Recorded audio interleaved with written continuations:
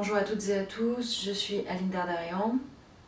J'aimerais avant de commencer remercier tout d'abord le comité scientifique pour nous permettre d'échanger malgré les circonstances sur le sujet des partitions, script et énoncés, ainsi que deux étudiantes que j'avais sollicitées en vue de pouvoir réactiver le travail dont je vais parler aujourd'hui, à savoir Enora El Fatawi et Yangante Talon, étudiante donc en licence 3 à l'université Rennes 2 en arts plastiques et en option danse. L'artiste américain Mark Cameron Boyd propose une définition de l'art de la performance comme un acte éphémère et défini par une durée et une présence, celle du performeur, artiste, et la durée de ses actions. Cette temporalité suggère, comme il le précise, un début et une fin.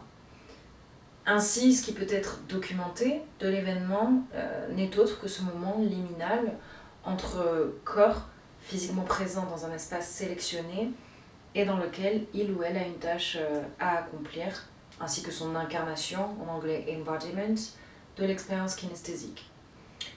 Puisque la performance se veut de coutume mouvante, éphémère et insaisissable, toute tentative de capture se risque à l'esthétisation de l'action performative. Elle n'est de toute logique pas censée être reproduite. Et c'est bien de cet endroit qu'émerge une première problématique, ou du moins l'importance d'affiner notre compréhension à la fois de la nature, mais également de la visée de pratiques telles que le reenactment et autres réactivations, citations d'une performance comme le replay de Blank Plaque Dance d'Anna Alprin, qui n'est autre qu'une déambulation de performeurs en ville, en réaction à la guerre du Vietnam, et créée par cette chorégraphe qui a posé les jalons de la danse postmoderne, et qu'il me semble juste de qualifier d'événement performatif, participatif, que la chorégraphe française Anne Collot a décidé de revisiter à partir de 2015. Qu'est-ce qu'une réactivation chorégraphique, sinon l'étude en mouvement d'un dispositif créatif, processuel, qui a permis à la danse ou à la performance de naître et être présentée à un public en d'autres lieux, d'autres contextes, déplaçant le projet vers une reproduction dans un désir d'hommage ou bien de dépassement, de mutation. Précisons que le reenactment, en ce qui concerne les arts visuels, s'inscrit, comme le rappelle Corinne Melin, dans un renouvellement historique de la performance, de cet événement performatif passé qui prendrait forme selon un nouveau cadre contemporain. Anna Alprin part donc en 1967 avec le San Francisco Dancers Workshop, ce collectif d'artistes qu'elle fonde en 1957 et qui succède à la Dance Cooperative, qu'elle avait créée en arrivant dans la Bay Area en 1949, dans les rues de San Francisco, à la rencontre des citoyens. Pour faire un bref point historique sur cet exil californien, elle décide avec son mari paysagiste reconnu, Lawrence, de s'installer sur la côte ouest des États-Unis après une expérience de danseuse aux côtés de Martha Graham, entre autres, à ce moment-là vue comme la prêtresse de la danse moderne, ou encore Doris Humphrey. Je cite un passage de son autobiographie, Mouvement de vie, traduite en 2009 par Élise Argot et Denise Lucioni. Il existait 3 ou 4 grandes compagnies. Tous les danseurs de Martha Graham se ressemblaient. Pareil pour ceux de Doris Humphrey. On ressemblait forcément au chorégraphe qui dirigeait la compagnie et incarnait une sorte de gourou à qui on empruntait son style de mouvement, sa philosophie, tout. Donc voilà, dans une envie de prendre un peu le contre-pied de cette expérience new-yorkaise, qui lui donne envie de libérer les corps des danseuses des dictates d'une esthétique et d'une approche académique de la danse, Alprin va développer une pratique dite somatique, holistique, qui privilégie l'improvisation et les influences de l'environnement sur les physicalités. Ce qui du reste lui est inspiré du Bauhaus avec lequel elle s'est familiarisée lorsque son époux était étudiant en architecture à Berkeley et avait pour enseignant des personnalités comme Walter Gropius. C'est ainsi qu'elle développe, dans les années 50, un système d'improvisation à partir de tasks, en français les tâches, inspirées de la vie quotidienne et qui vont suggérer aux interprètes, aux movers, des activités à effectuer sans que ne leur soit dictée une méthodologie pour y parvenir. C'est ce qui, d'une certaine manière, va petit à petit l'éloigner des scènes de théâtre dites à l'italienne et lui permettre de sortir la danse de ses studios de répétition. Et c'est bien selon ce même système qu'Ann Colo va parvenir à revisiter le travail d'Alprin. Blank Placket Dance, qui à l'origine proposait aux participants un parcours dans les rues de San Francisco, pancarte vierge en main, prouve que danse et militantisme peuvent dialoguer, et ce, par l'activation d'un système partitionnel dit semi-ouvert, c'est-à-dire une structure créative proposée par la chorégraphe, mais dont le contenu sera fait d'expérimentation corporelle, bien entendu, mais surtout collective, des danseurs et quiconque souhaite interagir. Je vous montre brièvement un exemple de partition qu'Alprin a réalisé pour le magazine Performance de James McRitchie, danseur britannique qui a importé la méthode Alprin à Liverpool au Royaume-Uni à travers la création de son propre groupe, The Natural Dance Workshop, après avoir travaillé avec elle dans les années 70. Je traduis très vite. L'objectif est de surpasser l'épreuve de l'épuisement physique et émotionnel, d'aller tester ses limites de dépense d'énergie de manière collective et individuelle. La partition est la suivante.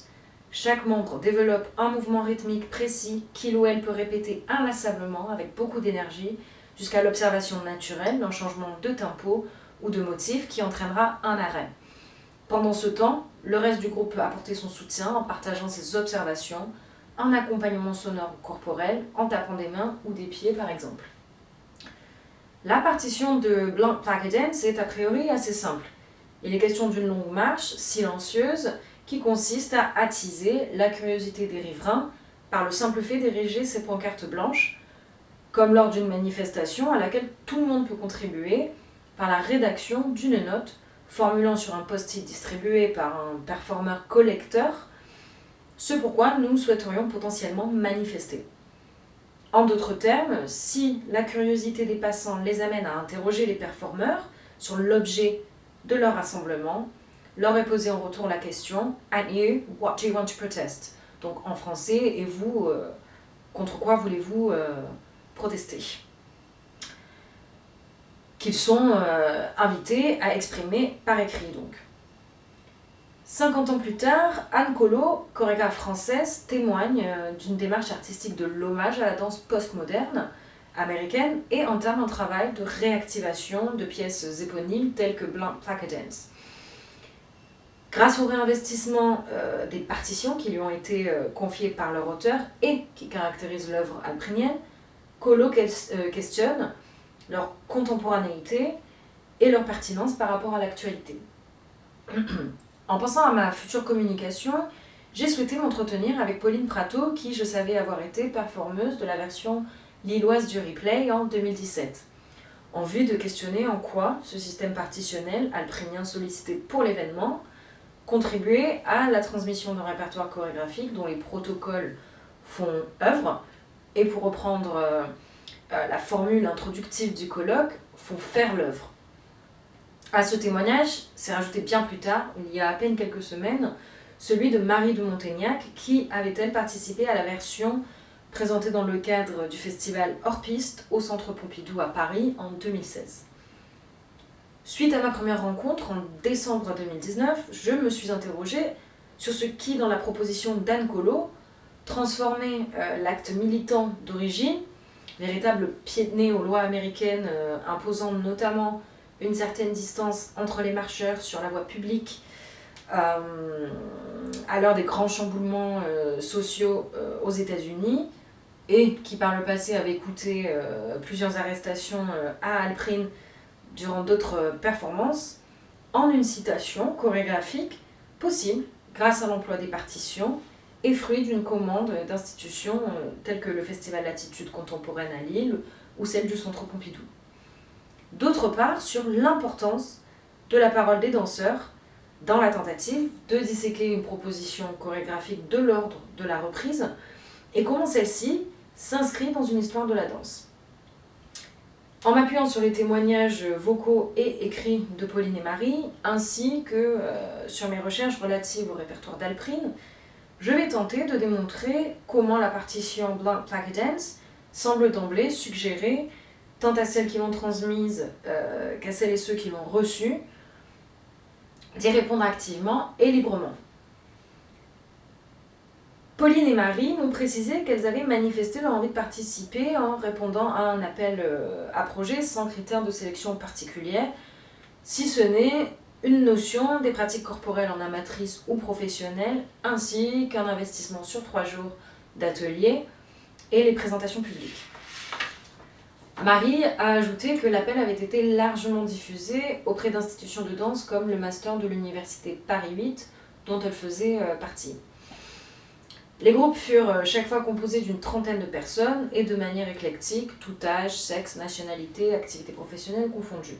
Le premier jour en binôme, avec Cécile Proust, répétitrice que j'ai déduit être la garante des partitions d'origine, Anne Collot propose une série d'exercices d'improvisation dans l'espace, sur la marche, la revendication et le geste quotidien, de sorte à ce que les participants puissent être mis dans les mêmes conditions que les futurs témoins auxquels ils s'adresseront.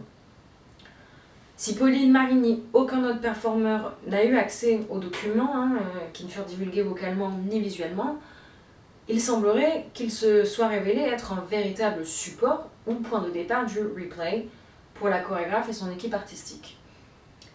Note ou partition déposée au sol, la chorégraphe demande au groupe d'évoluer dans le studio et clamer individuellement ce qui leur tient à cœur. Une fois son état de corps et celui du groupe trouvé, le travail de diction et la structure chorégraphique mémorisés, plusieurs paramètres essentiels vont entrer en jeu. D'une part, l'objet pancarte, dont le poids et la taille influencent nécessairement la physicalité, la corporéité des danseurs. Ce que le groupe pourra faire dans l'espace urbain, la cartographie de la déambulation et le rassemblement final depuis lequel seront clamés les messages récoltés ou préparés. Pauline a essayé de se remémorer la partition de manière plus détaillée et décrit 4 sections sur une durée d'environ 4 heures, performées par un groupe de 30 personnes, elles-mêmes divisées en 3 groupes qui explorent 3 niveaux, assis, debout, allongé, et qui alternent au cours de l'événement. La première partie consiste en un temps de placement dans le premier lieu choisi. Chaque performeur répond ou réagit en fonction d'un pendant sélectionné dans l'espace. Par exemple, si ce dernier est allongé, je me place debout. S'il est de dos, je me mets de face, etc., etc. Et des formations de binômes ou trios commencent à apparaître. Toutes sortes de combinaisons sont possibles et ont été répétées en amont. Une deuxième partie donne à voir des effets de lignes, serpentins et autres formes géométriques en un unique groupe, attestant ainsi de l'influence du poids des pancartes sur les physicalités de tout un chacun qui diffèrent et révélant ainsi la complexité de faire groupe quand la parole n'est plus le médium privilégié et que la tâche épuise. Pauline parle même, je cite, d'actes de résistance corporelle face à l'objet qui fait loi. Place à la déambulation en guise de troisième partie. Celle-ci s'accompagne d'une fanfare et impose une certaine esthétique.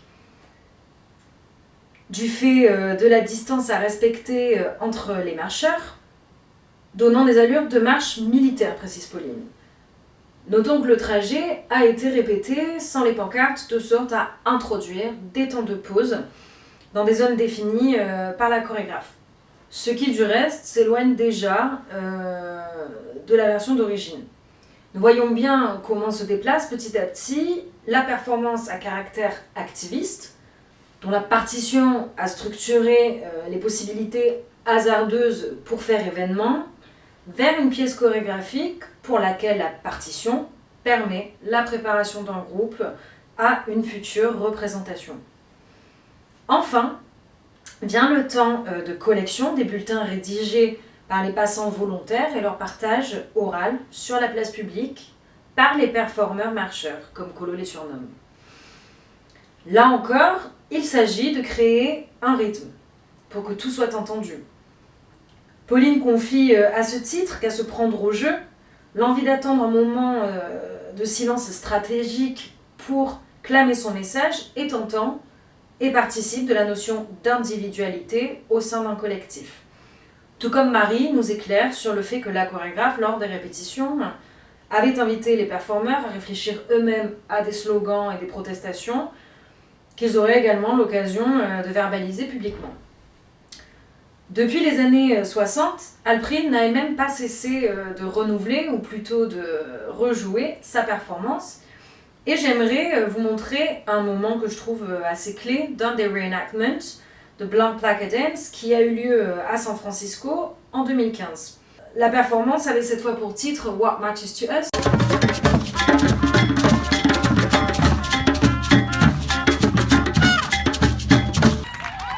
Hello. So welcome to the last phase of the dance, the Black Placard dance, who for those who are new with it, this dance was created by this woman next to me, Anna Halprin, to whom we're dedicated the dance to in this year, that she's turning 95 years old. She created this dance in 1967 in response to the Vietnam War. And it's a dance that is still relevant and it's necessary. It reminds us of the importance to stop, to listen, and to ask each other a very important question. What matters to you? What matters to us?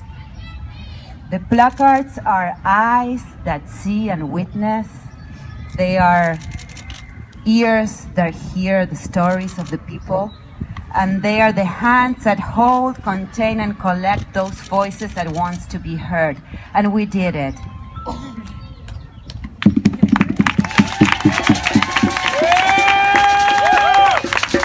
And now it's time for us to read out and call out those messages so the placards can be heard. And then I'm going to invite everybody to participate in the creation of what we call kind of a collective placard over there. So you can go ahead and just, make a drawing or write something in response to the question, what matters to you? De cet extrait, une différence qui me paraît assez visible dans les versions même récentes d'Alprin est que ce qui a l'air d'une marche pacifiste tout à fait commune dans les rues californiennes et qui se conclut par un atelier d'improvisation en plein air et pour tout le monde comme elle en a l'habitude, va s'articuler chez Kolo de manière tout à fait différente et formelle ou spectaculaire.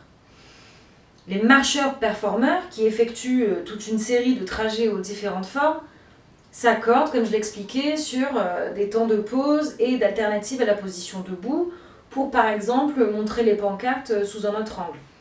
Laissent entrevoir une volonté de mise en scène qui donne le soin aux interprètes d'être certes force de proposition, mais dans un cadre toutefois prédéfini par la chorégraphe. Nous comprenons dans le petit documentaire des coulisses de la performance au Centre Pompidou qu'Anne Kolo ne se contente pas de suggérer une proposition artistique et d'organiser un partage public de ses improvisations, mais bien d'avoir permis aux danseurs, par l'improvisation, de comprendre et incarner un protocole. Plus important encore que les corps, la manière avec laquelle se tient l'objet dont ils dépendent. Ce qui nous laisse entendre que, quel que soit le contexte, les danseurs jouent finalement les rôles d'agitateurs. De fait, au-delà d'assister à une manifestation dont nous ne pouvons déduire l'enjeu, à moins d'interroger les performeurs, le replay semble avoir une double fonction. D'une part, attirer notre attention par son allure de danse en ville. Il y a une véritable composition ou un rythme à respecter, une attention envers le reste du groupe et une corporalité à l'œuvre travaillée. En plus de la fanfare qui interprète Bella Ciao, que nous savons être un chant de résistance contre le fascisme, originaire d'Italie durant la Seconde Guerre mondiale. Alors que les musiciens accompagnant la plupart du temps les cortèges d'Alprine sonnent plutôt comme des jams informels. Et d'autre part, une invitation des publics à interagir. Reste encore à définir de quel public il est question. Par conséquent, nous observons un transfert du message politique et révolutionnaire à l'origine de l'œuvre vers sa souvenance possible grâce à l'enjeu chorégraphique qui s'empare de la partition pour la faire jouer à un groupe constitué pour l'occasion, mais également à la capacité de cette dernière à faire performer tout chorégraphe qui décide de la revisiter.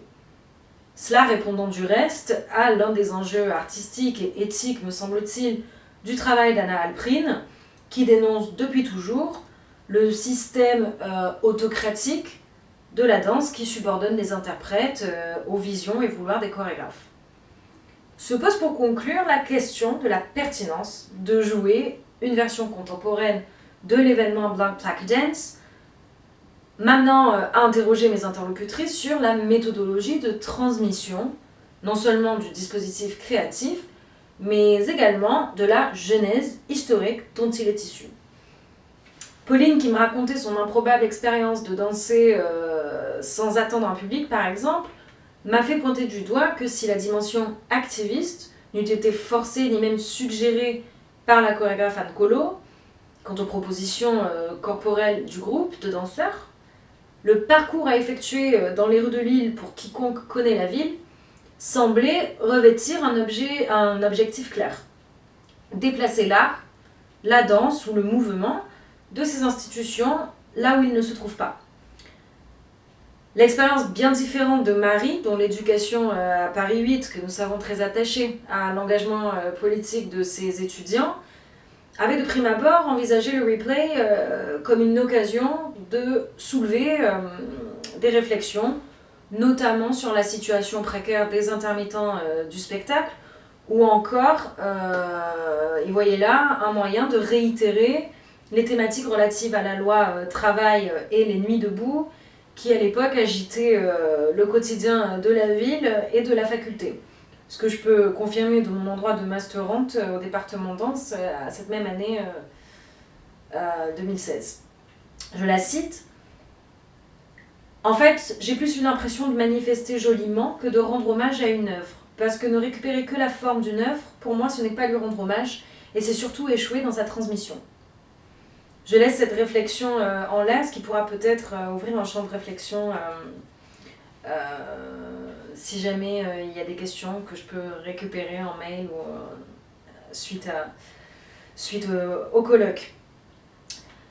Mais je peux d'ores et déjà soulever cette problématique de l'exercice complexe du reenactment d'une performance en une chorégraphie qui se risque à dépouiller l'œuvre originale de son essence. Ici, fondamentalement politique, si l'artiste qui reprend privilégie la recréation plutôt que la transmission d'un patrimoine chorégraphique, artistique, contredisant ainsi toute tentative de description de cette même réactivation comme un hommage.